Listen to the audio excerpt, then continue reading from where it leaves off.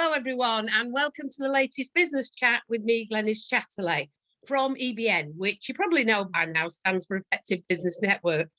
And the jury's still out as to whether I should still say that bit, but I'll think about it when I get a minute, so not anytime soon.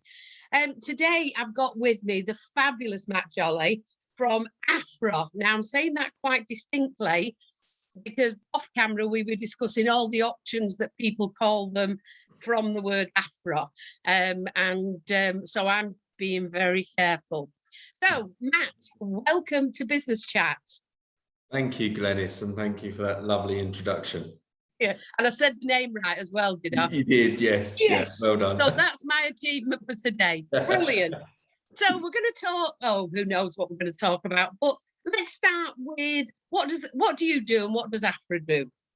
So what Afra does is we are a full service marketing agency, but we like to think that there's a bit of a twist. So for us, it's about being innovative and delivering results. So all of the clients that we speak to, they always come to us because they want to achieve something, and that most commonly it's growth or, earning more money, but often it's other things as well. So we work for local councils who they're not about profit, they're about behavioural change or communicating a message to their constituency. So for us, it's about the results and delivering it in the best possible way. But in order to do that, we have a marketing team that offers all the different marketing services you can think of in order to deliver that result at the end.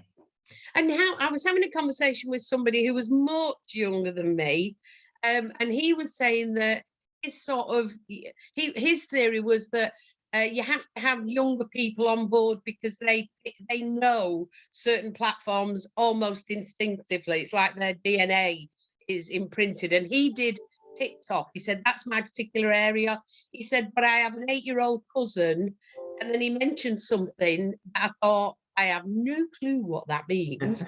And I had said several times that I had no clue what he was talking about. So I thought I left it at that, really. So do you have young, vibrant, new minds who know these things and have phones always at their fingertips? Yes, we do. And I'll confess to you now, Glenys, that my team talk about stuff and I don't know what they're talking about sometimes as well.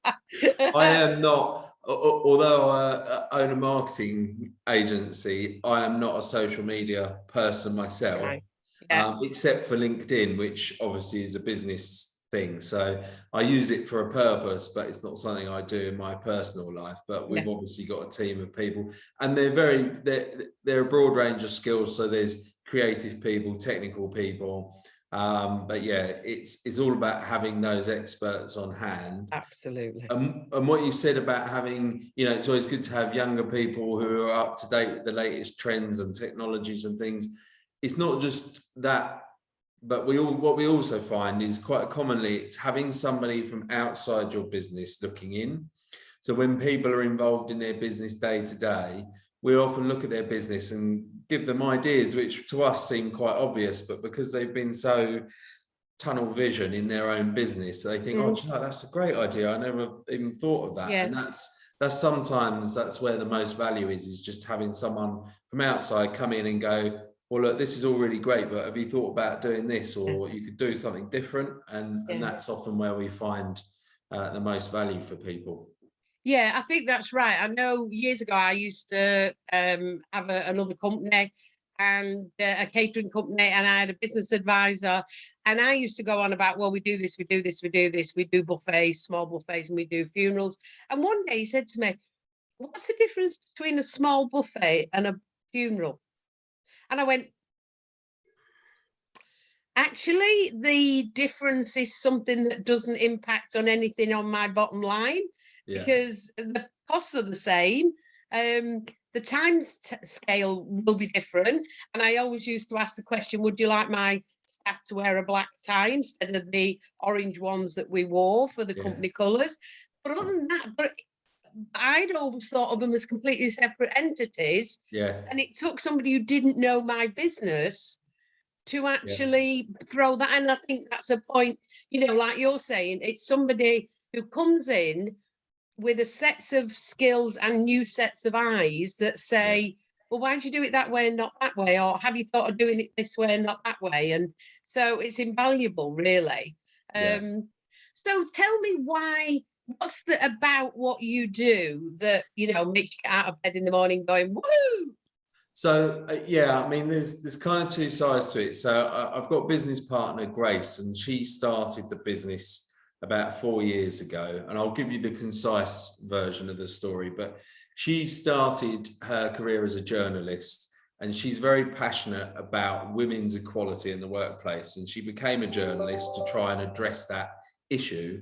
But she quickly found out, working at a mainstream publication, that wasn't the platform to do it. Long story short, she started working as a consultant, helping people with their marketing, and communications is really her strong point. And so she started working for me, and I was her client when I was working for a building contractor.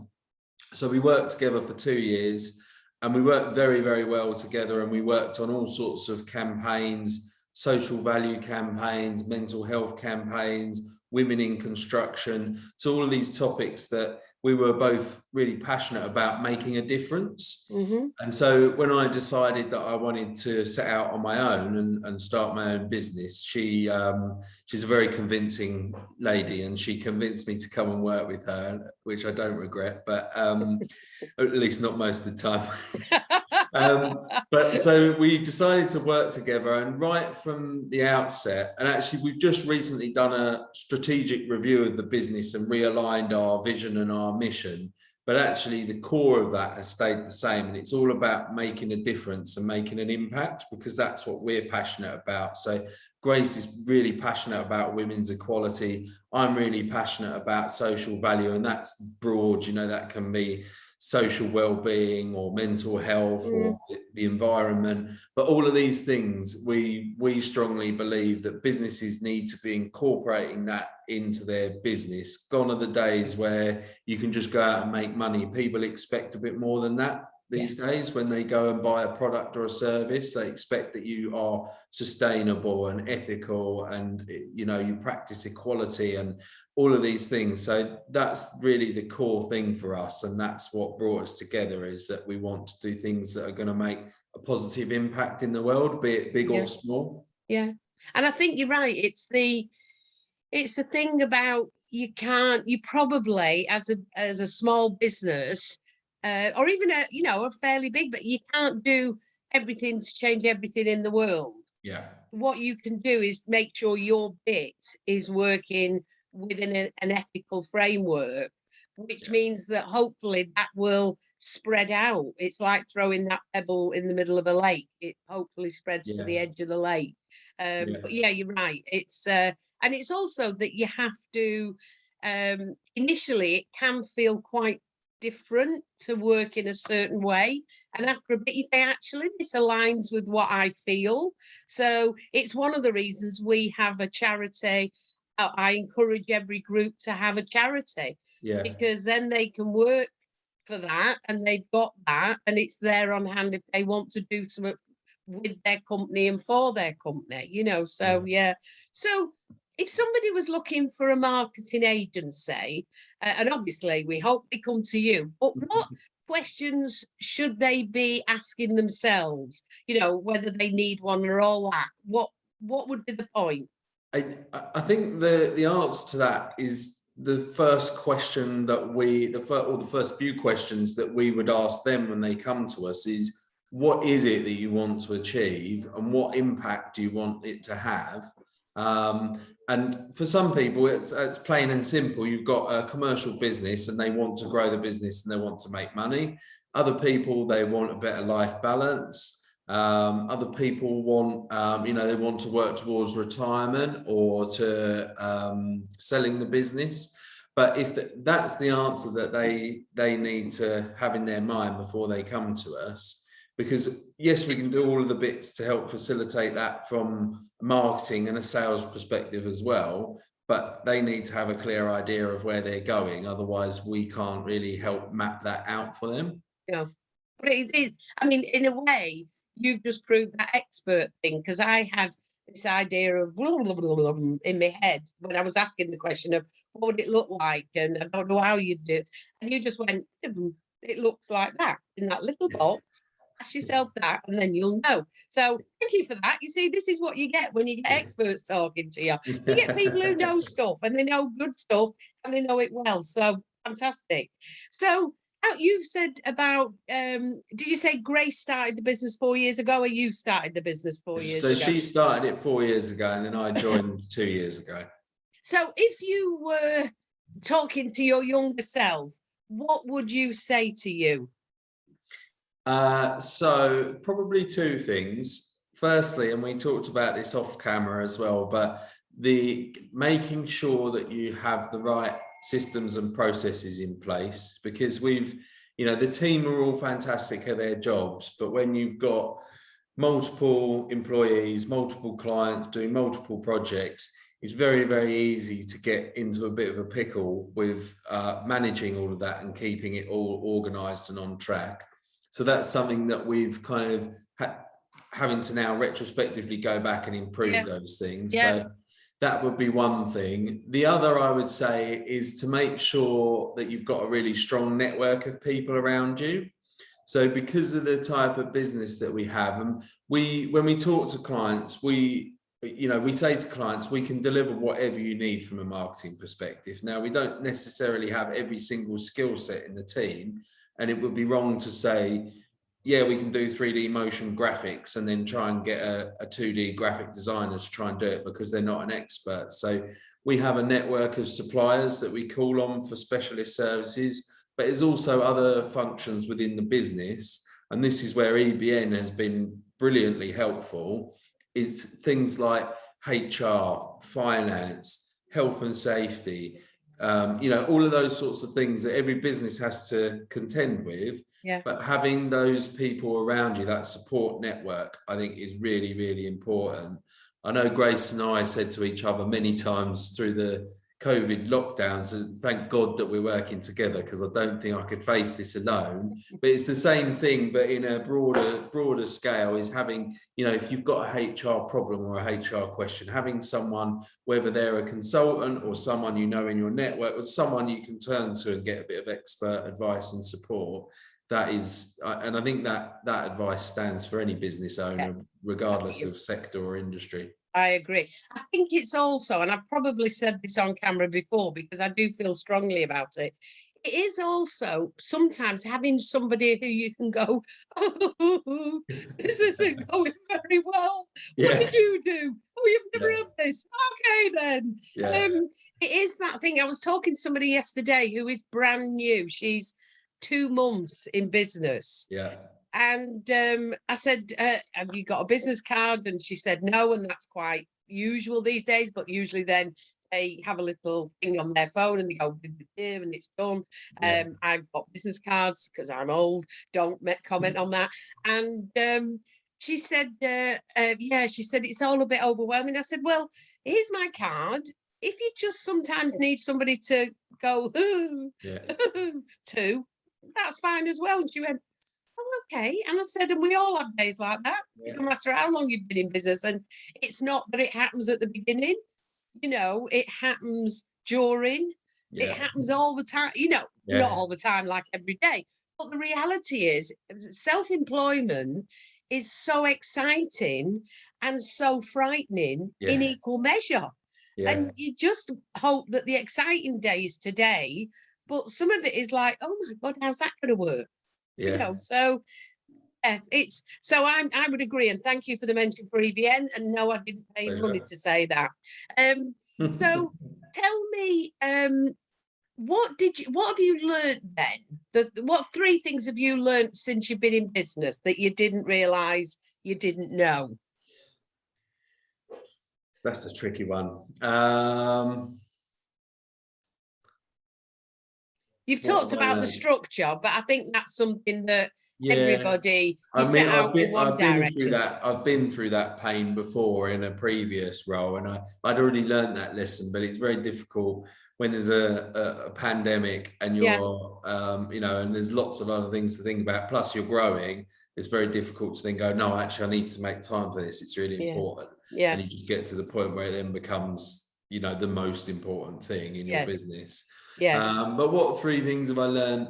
I mean, I think, not to repeat myself, but having that network of people, that's been a really important lesson. I think when we first started together, we thought, yes, we can conquer the world. We're really good at what we do. We know what we're doing. You know, we're growing, we're being successful already, but it's having that humility to actually go, do you know what? Yes, we're doing well, but there's no shame in turning to somebody else for help, especially if Yeah. they're an expert in something that you're not. So humility, I think, is an important lesson. I think another lesson is to sort of keep an even keel. So it's very tempting, especially in the early days of running a business, that when things do go well or you have a good result, you win a good piece of business, to get really excited and get carried away with yourselves and start, you know, celebrating. And but actually it's a wave that you have to ride. So it's learning to sort of keep a cool head and enjoy the good bits, but realize that, you know, you've got to keep going, because it's not plain sailing all the way through. Is there a third one? Let me think. There doesn't have to be. There doesn't have to be. I mean, I think this is something that everybody in modern day life who has a full-time job, that work-life balance is so important.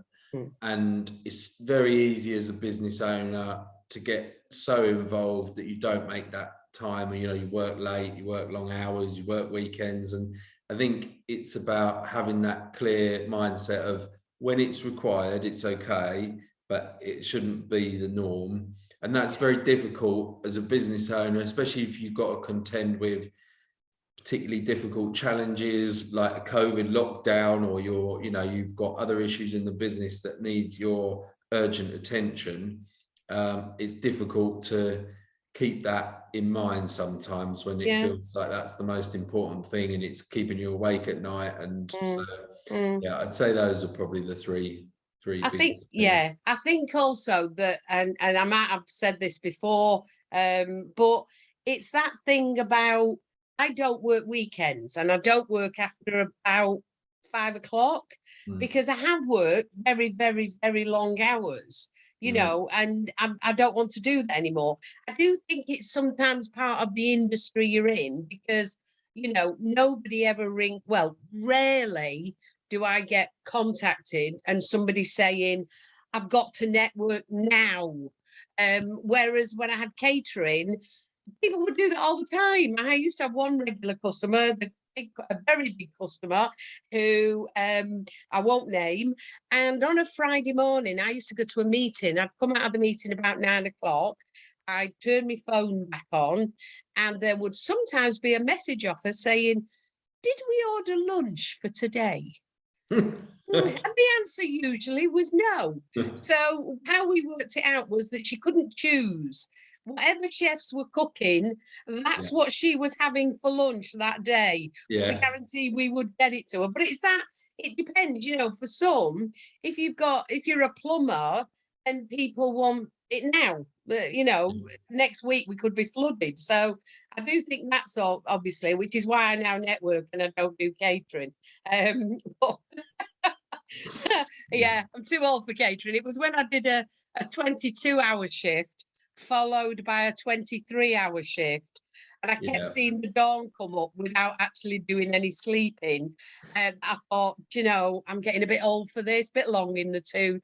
Perhaps it's time to let the youngsters in, you know, and they go and lie down at a weekend. So, but that took me 2 years to really get into the thing of, I don't work weekends. Yeah. You know, of not being, because that was our really, really busy time. But, you know, it's, and through networking, I got to feed Princess Anne. I got to feed Gordon Brown when he was Prime Minister. And I wouldn't have had any of those opportunities because I was a small catering company, but I knew people who knew them, who knew somebody else sometimes, who said, she can do this, her company can do this, they will be able to achieve this. So it is that. So I do networking now. You know, I can't, I don't understand people who say, oh, no, it don't work. It does. Yeah, well, I mean, so my background, I've been in sales for 17 years, and networking is just one of the most powerful tools, especially if, one of the most important things to me is integrity. It's doing what you say you're going to do. If you can do that and do a good job, a network, and build a good network of people who will then refer you, recommend you, it's so powerful. Yeah, because people trust you, and that's it. That's what we all want to have in business, that people trust us. So now that you've got all your business sorted out, ish, because there's never a really sorted out in any of our businesses, because all these new adventures. Even as we're speaking, somebody heading towards our door ready to knock and go, what about this opportunity? So given that, what do you do in your spare time? What's the thing you get to relax into? I'm not sure that I get much time to relax. I've got three sons who are 10, 8 and 4. So they take up a lot of my time, but they're amazing. They're fantastic. And they, we have great fun. They make me feel younger, because you get to relive some of your childhood through your kids by, playing with them and things like that. So a lot of weekends is spent entertaining them, doing things with them. When I do get a bit of spare time, I used to be a chef many years ago, and I've always had a passion for food. So I like cooking, eating out. But in all honesty, after we've spent the week working, the weekend looking after the kids and keeping them happy and entertained, there's not a lot of time left. No, it'll do you for now. So what's your signature dish? Or I'd probably have to say potato dauphinoise with a lovely fillet steak. Anytime you've got spare, feel free. Tell me, somebody will pick them up and drop them round to our house. Yeah, it was the thing I missed when I didn't have chefs, because I'd always have meetings in our house, and then they'd go and rustle something up from the 2 carrots and a bit of whatever that was stuck in the fridge, and they'd come out with, here you go. And I think, yes, nobody does that for me now. I'm networking, but what can I tell you? Anyway, it's been fantastic talking to you. I knew it would be. So thank you for coming along, and thank you for spending some time chatting to me. And for the rest of you, please watch this to the end, because we all know we don't want to mess with the algorithms. And then if you could subscribe to my channel, if you could like it, if you could comment, if you could tell your friends, and then what else? Well, perhaps come back next week when I'll probably be talking to myself, but that's okay, because you'll be there to keep me company. Have a great day, whatever it is you're doing. And if you need any help with any of your marketing, get in touch with Matt. And if it's anything to do with networking, get in touch with me. Have fun, everyone. Bye.